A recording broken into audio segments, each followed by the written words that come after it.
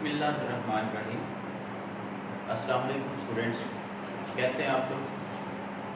ये स्टूडेंट्स, आज हमारा टॉपिक है ग्रेड 9 से levels of biological organization. Levels of biological organization में हम ये डिफरेंट टॉपिक्स जो हैं इनको स्टडी करने जा रहे हैं। सब एटॉमिक लेवल हम डिस्कस करेंगे, then atomic level, molecular level, organelle and cell level, tissue level, organ and system level, individual level. असल में ये इनसे क्या मुराद है और बायोलॉजिकल ऑर्गेनाइजेशन से क्या मुराद है।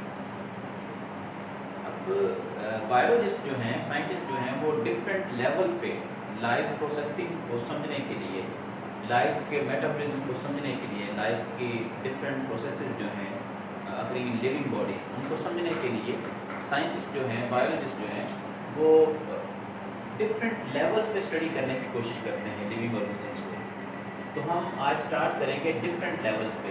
ग्रेड 9 के लिहाज से जितनी यानी कि मकबूल होगा, जितना उतनी इंशाल्लाह हम हर एक टॉपिक में, सब टॉपिक में हम उतनी ज़्यादा जो है डिस्कशन करेंगे। तो सबसे पहला हमारा लेवल है जी subatomic and atomic level. Subatomic and atomic level in biological organization. इसमें एक्चुअली सब एटॉमिक और एटॉमिक लेवल से क्या मुराद है। हम एक और बात में बताता चलूँ कि हम असल में वेरी बेसिक लेवल से स्टार्ट कर रहे हैं कि सबसे छोटी चीज़ जिसके कहने के जिसके कम्बिनेशन से फर्दर बड़ी और बड़ी और बड़ी जो है वो डिफरेंट चीज़ें जो है वो बनती गई। जैसे कि सब एटॉमिक पार्टिकल्स के मिलने से एटम्स बने और एटम्स के मिलने से जो है वो मॉलिक्यूल्स बने। तो हम असल में वेरी बेसिक लेवल से जो है वो एक कंप्लीट ऑर्गेनिज्मिक लेवल पे जो है वो हम पहुँचेंगे।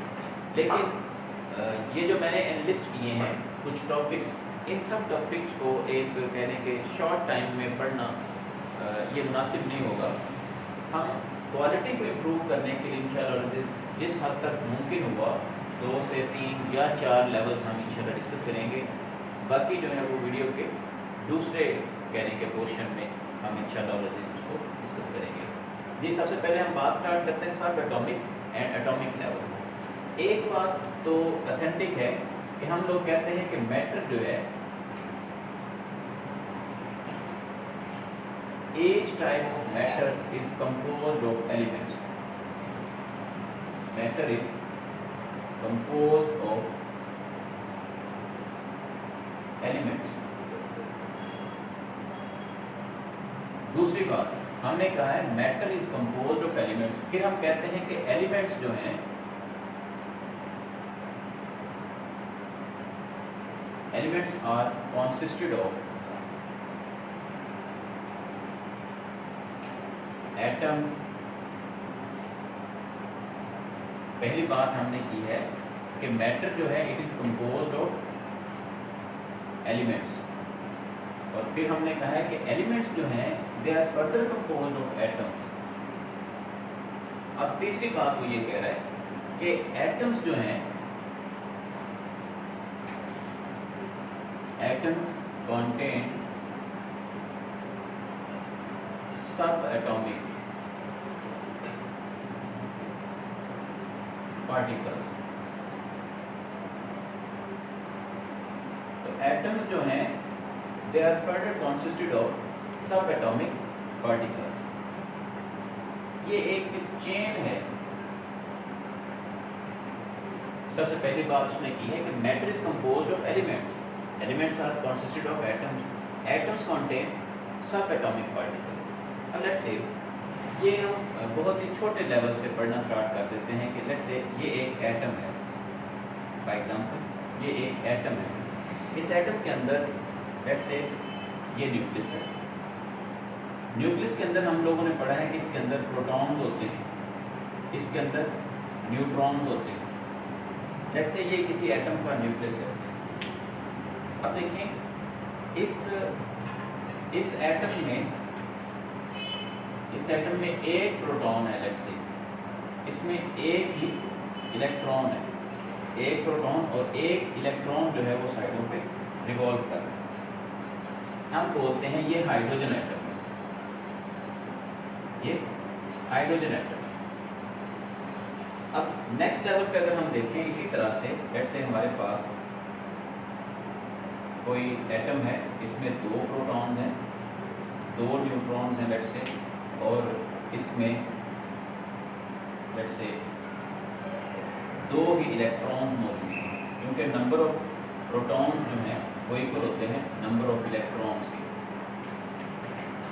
लेट्स से इसमें 2 ही जो है वो इलेक्ट्रॉन मौजूद है, एक इलेक्ट्रॉन ये मौजूद है और दूसरा इलेक्ट्रॉन यहाँ पे मौजूद है। अब ये जो एटम है ये है हीलियम का एटम, हाइड्रोजन एटम और ये हीलियम एटम। अब मैं आपको समझाना ये चाह रहा हूँ यहाँ पे कि देखिए ये एटम जो है इसमें एक इलेक्ट्रॉन है, प्रोटॉन एक है, इसमें सिर्फ नंबर चेंज हुआ है। हाइड्रोजन में एक इलेक्ट्रॉन है, हीलियम में 2 इलेक्ट्रॉन्स हैं, 2 प्रोटॉन्स हैं, 2 न्यूट्रॉन्स हैं। अब इस वजह से इनकी प्रॉपर्टीज चेंज हो गई हैं। हीलियम की प्रॉपर्टीज जो है वो टोटली चेंज है हाइड्रोजन के निस्बत। हाइड्रोजन जो है ये रिएक्टिव गैस है, जबकि हीलियम जो है उसको हम एक नोबल गैस कंसिडर करते हैं। तो ये एक कह लें कि इनर्ट गैस है, ये लेस रिएक्टिव है या इनएक्टिव है, नॉन रिएक्टिव है, जबकि हाइड्रोजन एक रिएक्टिव गैस है। अब इसी तरह से हम नेक्स्ट बात करें, 3 प्रोटॉन्स होंगे, 3 इलेक्ट्रॉन्स होंगे। हम नेक्स्ट बात करें 4 इलेक्ट्रॉन्स होंगे, 4 प्रोटॉन्स होंगे। अब आप ये देख रहे हैं कि हर एक तरह का एटम जो है उसमें 3 फंडामेंटल पार्टिकल्स मौजूद हैं। कौन कौन से? नंबर 1 पे इलेक्ट्रॉन मौजूद है, प्रोटॉन मौजूद है और न्यूट्रॉन मौजूद है। हम इन इलेक्ट्रॉन, प्रोटॉन, न्यूट्रॉन को फंडामेंटल पार्टिकल्स ऑफ एटम्स बोलते हैं, फंडामेंटल पार्टिकल्स ऑफ मैटर बोलते हैं। ये सब एटॉमिक पार्टिकल्स में शामिल हैं फिर electrons, protons. Although electron, proton और न्यूट्रॉन्स के अलावा भी पार्टिकल्स मौजूद हैं एटम में, सब एटॉमिक पार्टिकल। हम इनको सब एटॉमिक पार्टिकल बोलते हैं, इलेक्ट्रॉन, प्रोटॉन, न्यूट्रॉन को, या fundamental particles of matter.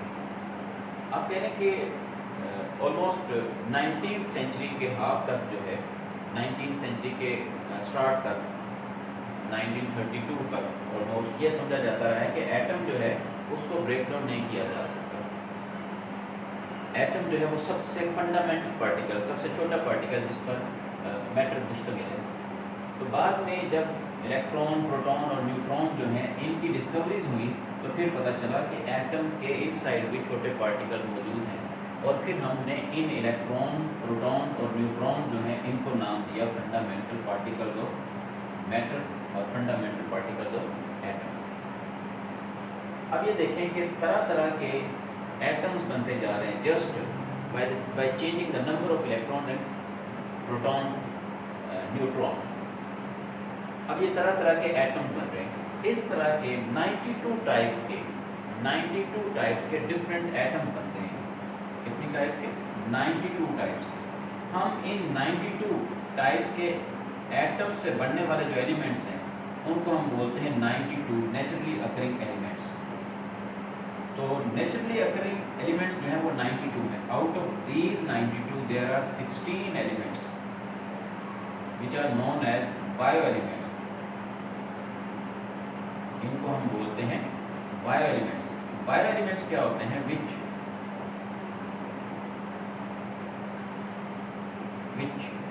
form the body of living organism, bodies of living organisms।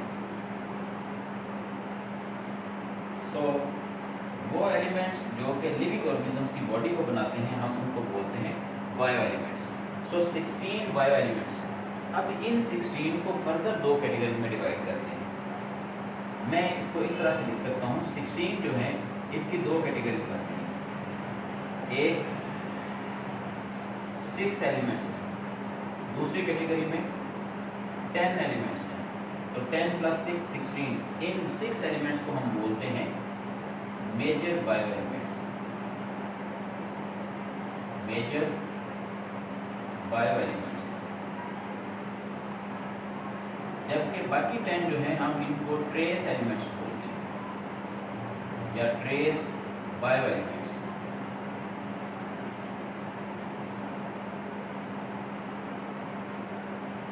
अब इन मेजर बायो एलिमेंट्स में 6 मेजर बायो एलिमेंट्स में कौन कौन से एलिमेंट्स शामिल हैं, मैं उनके नाम लिस्ट कर रहा हूँ, सिंबल।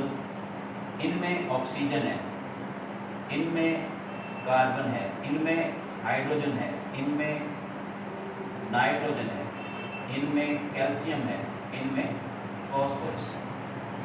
अब अगर परसेंटेजेस भी इनमें मेंशन कर दूँ तो ऑक्सीजन जो है ये लिविंग बॉडीज़ के अंदर 65% मौजूद है। इसी तरह से कार्बन जो है ये 18% लिविंग बॉडीज़ के अंदर मौजूद है। इसी तरह से फिर हाइड्रोजन जो है वो 10% लिविंग बॉडीज़ के अंदर मौजूद है। Then nitrogen 3%। उसके बाद है जी कैल्शियम 2% है, और देन फॉस्फोरस है ये ऑलमोस्ट 1%। अगर हम इन सब को कैलकुलेट करें तो ये करीबन 99% जो है 99% living bodies are consisted of these 6 elements. That's why we call them as bio elements, major bio elements. अब बाकी जो 10 एलिमेंट्स हैं इनको हम ट्रेस एलिमेंट्स बोलते हैं। ये 10 एलिमेंट्स जो हैं ये बनाते हैं 1%। 10 एलिमेंट्स जो हैं ये बनाते हैं 1%, और ये मेजर बायो एलिमेंट्स जो हैं ये बनाते हैं 99% ऑफ आवर बॉडी मैस। अब इस 1% ट्रेस बायो एलिमेंट्स में कौन कौन सी चीज़ें शामिल हैं? इसमें जिंक है, इसमें सोडियम है, पोटेशियम है, इसमें क्लोरीन है, आयोडीन है, आयरन है, कॉपर, सल्फर, और इसी तरह से मैंगनीज है, मैग्नीशियम। तो ये बायो एलिमेंट्स जो हैं 10 बायो एलिमेंट्स, 6 + 4 10 बायो एलिमेंट्स जो हैं ये 1% बॉडी मैस बनाते हैं ऑफ लिविंग ऑर्गेनिज्म। जी ये था सब एटॉमिक। सब एटॉमिक लेवल में हमने डिस्कस किया कि कौन कौन से सब एटॉमिक पार्टिकल्स हैं, उनका रोल क्या असल में। सब एटॉमिक पार्टिकल्स ने हमने देखा कि सब एटॉमिक पार्टिकल्स ने कंबाइन होकर बना दिए डिफरेंट टाइप्स ऑफ एटम्स, और फिर इन एटम्स ने डिफरेंट टाइप के एलिमेंट्स बना दिए। नेचुरली अकरिंग 92 एलिमेंट्स जो हैं वो डिफरेंट एटम्स पर मुश्तमिल है, यानी कि हाइड्रोजन के एटम सारे ऐसे होंगे, हीलियम के एटम सारे ऐसे हैं, इसी तरह से लिथियम के एटम जो हैं वो इनसे डिफरेंट होंगे, फिर बेरिलियम, बोरॉन, कार्बन, इस तरह से इन सब एलिमेंट्स के जो है एटम्स हैं वो डिफरेंट होते जाएंगे। ये था जी हमारा फर्स्ट लेवल, दैट वाज सब एटॉमिक एंड एटॉमिक लेवल। अब नेक्स्ट लेवल पॉइंट है that is molecular level. Second level है जी मॉलिक्यूलर लेवल।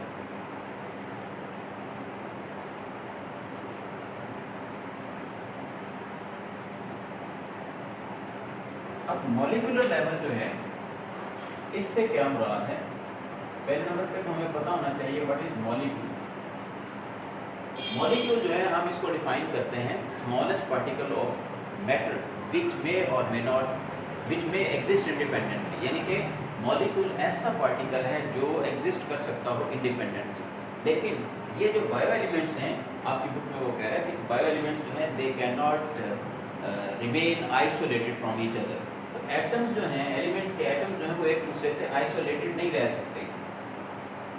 जैसे कि हमने ये देखा hydrogen, oxygen, carbon, hydrogen, nitrogen, ये एक दूसरे से आइसोलेटेड फॉर्म में नहीं रह सकते, यानी कि एक दूसरे से सेपरेटली नहीं रह सकते। सो फिर ये क्या करते हैं, they combine to form units, stable units. तो हम ये कह सकते हैं कि atoms of bio elements, atoms of bio elements form stable units,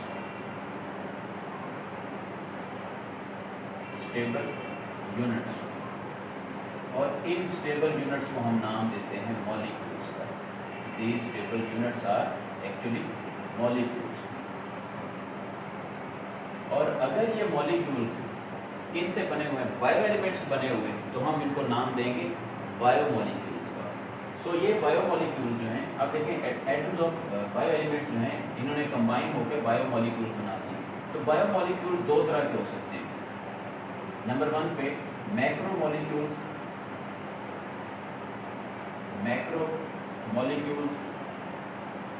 और नंबर 2 पे माइक्रोमोलिक्यूल्स।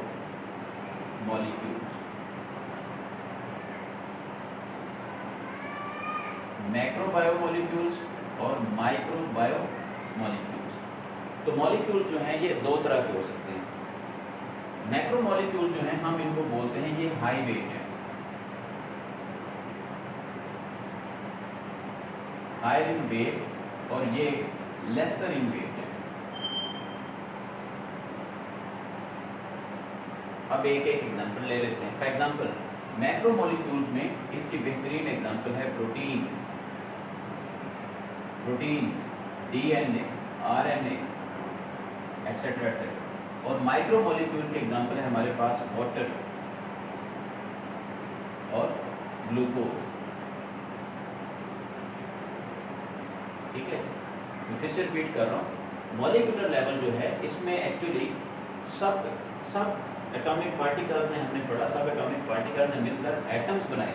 एटम्स ने मिलकर जो है वो बायो एलिमेंट्स बनाए, यानी कि एटम्स जो हैं वो बायो एलिमेंट्स बनाएंगे। ये बायो एलिमेंट्स के जो एटम्स हैं, इन बायो एलिमेंट्स के एटम्स ने मिलकर क्या किया है, स्टेबल यूनिट्स बना लिए। एटम्स जो हैं वो आइसोलेटेड फॉर्म में नहीं रह सकते बायो एलिमेंट्स के, then they have to form stable units, molecules. ये मॉलिक्यूल्स जो हैं वो दो तरह के हो सकते हैं, मैक्रोमोलिक्यूल्स हो सकते हैं और माइक्रोमोलिक्यूल्स हो सकते हैं। मैक्रोमोलिक्यूल्स की हमने एग्जांपल्स ली हैं प्रोटीन्स, डीएनए, और माइक्रोमोलिक्यूल्स की हमने एग्जांपल्स ली हैं वाटर और ग्लूकोज। नेक्स्ट बात करते हैं, नेक्स्ट लेवल है हमारा ऑर्गेनेल एंड सेल लेवल। अब ये मॉलिक्यूल्स जो हैं ये भी आइसोलेटेड फॉर्म में नहीं रहेंगे और ये बनाएंगे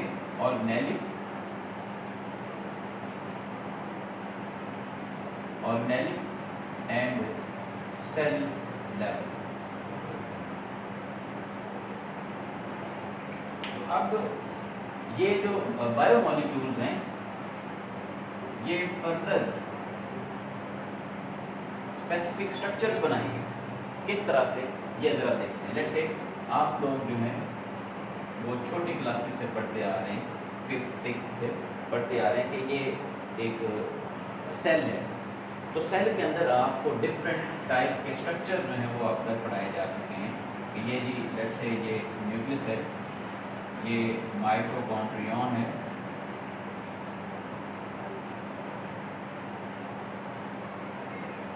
ठीक है। इसी तरह से ये लेट्स से एंडोप्लाज्मिक रेटिकुलम है, ER हम बोलते हैं, ठीक है। ये एंडोप्लाज्मिक रेटिकुलम है। इसी तरह से और डिफरेंट स्ट्रक्चर्स मौजूद हैं सेल के अंदर। जैसे ये राइबोसोम्स हैं, ठीक है। इसी तरह से अगर हम एनिमल सेल की बात करें तो उसके अंदर सेंट्रियोल मौजूद हैं और भी डिफरेंट चीज़ें मौजूद हैं।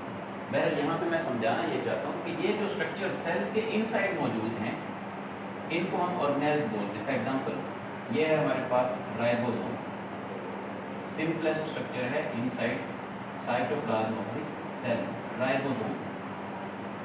न्यूक्लियस, माइटोकॉन्ड्रियन,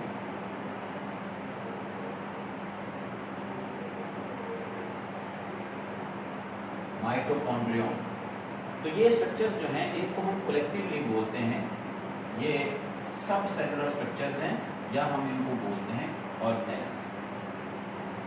ऑर्गेनेल्स और ऑर्गेनेलिस। अब यहाँ पे ये आपने देखना है कि डिफरेंट बायोमोलिक्यूल्स को क्या है, बायोमोलिक्यूल्स यानी कि मैक्रोमोलिक्यूल्स और माइक्रोमोलिक्यूल्स जो हैं वो इस तरह से एक दूसरे के साथ जो है वो फिक्स रेशो के साथ, ठीक है, मिलते हैं।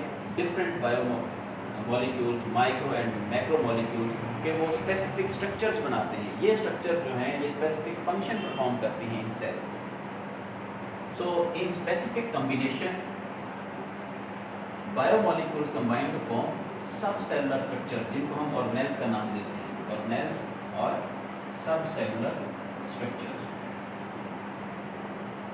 ये सब सेलुलर स्ट्रक्चर जो हैं अब फर्दर ये स्ट्रक्चर मिलकर जो है वो सेल लेवल बनाते हैं। मैं आपको एक एग्जांपल देता हूँ। जैसे अगर हम राइबोसोम्स की बात करें तो राइबोसोम जो हैं they are made up of RNA and proteins. RNA and proteins, इसमें 50% आरएनए और 50% जो है प्रोटीन होती है। तो हमने अभी देखा है कि प्रोटीन और डीएनए, वहाँ पे डीएनए लिखा हुआ है, प्रोटीन और आरएनए, मतलब प्रोटीन और आरएनए। अगर डीएनए जो है वो उसको हम बोल रहे हैं मैक्रोमोलिक्यूल, तो आरएनए भी जो है वो मैक्रोमोलिक्यूल में काउंट होगा। तो डीएनए यहाँ पे है आरएनए, आरएनए प्लस प्रोटीन दोनों मिलकर क्या बना रहे हैं, राइबोसोम। इसमें 50% आरएनए है और 50% प्रोटीन है। तो मैं ये समझाना चाह रहा हूँ कि देखिए मॉलिक्यूलर लेवल में मॉलिक्यूल्स जो हैं वो दो तरह के हैं, और हमने यहाँ पे ये डिस्कस किया कि मॉलिक्यूलर लेवल जो है वो फर्दर नेक्स्ट लेवल बनाएगा, दैट इज ऑर्गेनेल और cell level, organelle and cell level.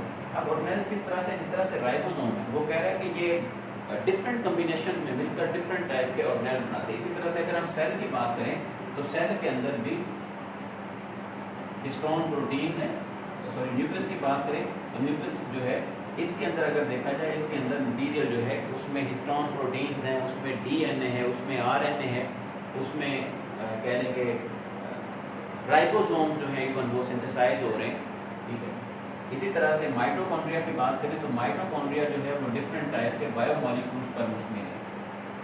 तो कहने से मुराद ये है कि डिफरेंट टाइप के बायोमॉलिक्यूल्स आइदर माइक्रो और macromolecule they combine to form organelles, and these organelles assemble each other, assemble in a unit. These organelles assemble in a unit and form basic units of life. ये है basic unit of life, basic unit of life। इसको हम नाम क्या देते हैं, cell. सो हम ये कह सकते हैं कि organelles subcellular structures, ribosome, nucleus, mitochondrion, ये सारे सब सेलुलर स्ट्रक्चर्स हैं। दीज सब सेलुलर स्ट्रक्चर्स और organelles assemble in such a way that they form units of life, basic units of life, that is cell. अब इसी level में एक और बहुत इंपॉर्टेंट बात ये है कि सेल्स जो हैं, ये सेल तो बन गया, सेल की फर्दर दो कैटेगरी हैं। सेल्स में भी प्रोकैरियोटिक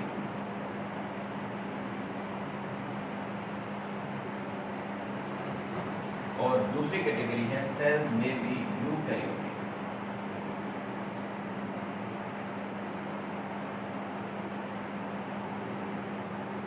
सेल्स जो हैं ये प्रोकैरियोटिक और यूकैरियोटिक, यानी यूकैरियोटिक हो सकते हैं। प्रोकैरियोटिक जो है हम ये कहते हैं दे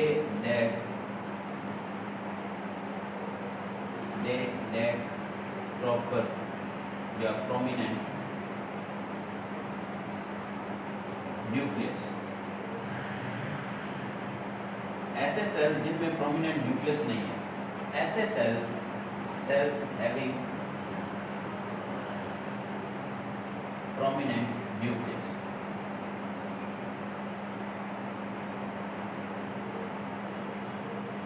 ऐसे सेल जिनमें प्रोमिनेंट न्यूक्लियस है उनको यूकैरियोटिक बोलेंगे, और ऐसे सेल जिनमें प्रोमिनेंट न्यूक्लियस नहीं है उनको हम प्रोकैरियोटिक सेल बोलेंगे। इसके अलावा भी कुछ डिफरेंसेस हैं।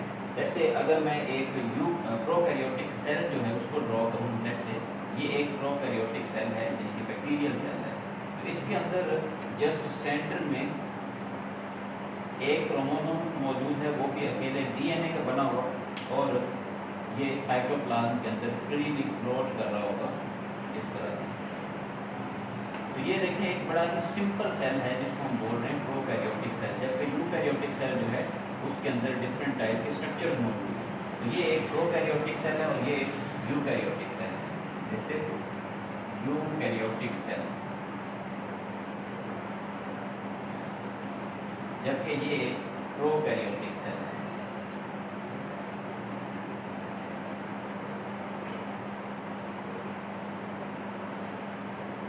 जी, तो बैक्टीरिया जो है कि वो प्रोकैरियोटिक ऑर्गेनिजम्स में आएंगे क्योंकि उनके सेल जो है प्रोकैरियोटिक नेचर के होते हैं।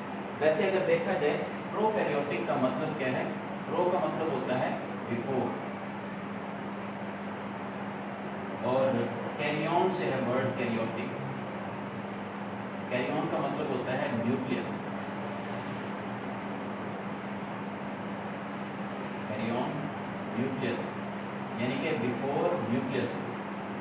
इसका मतलब ये है कि न्यूक्लियस डेवलप होने से पहले इन हिस्ट्री, एवोल्यूशनरी हिस्ट्री में न्यूक्लियस के डेवलप होने से पहले, यानी कि जो फर्स्ट ऑर्गेनिजम्स बने जब तक उनमें न्यूक्लियस अपीयर नहीं हुआ था, या आप ऐसा कह रहे हैं यूकैरियोटिक सेल्स बनने से पहले जो सेल्स मौजूद थे जिस नेचर के, उस नेचर के सेल्स अगर आज भी मौजूद हैं हम उनको बोलते हैं प्रोकैरियोटिक सेल्स।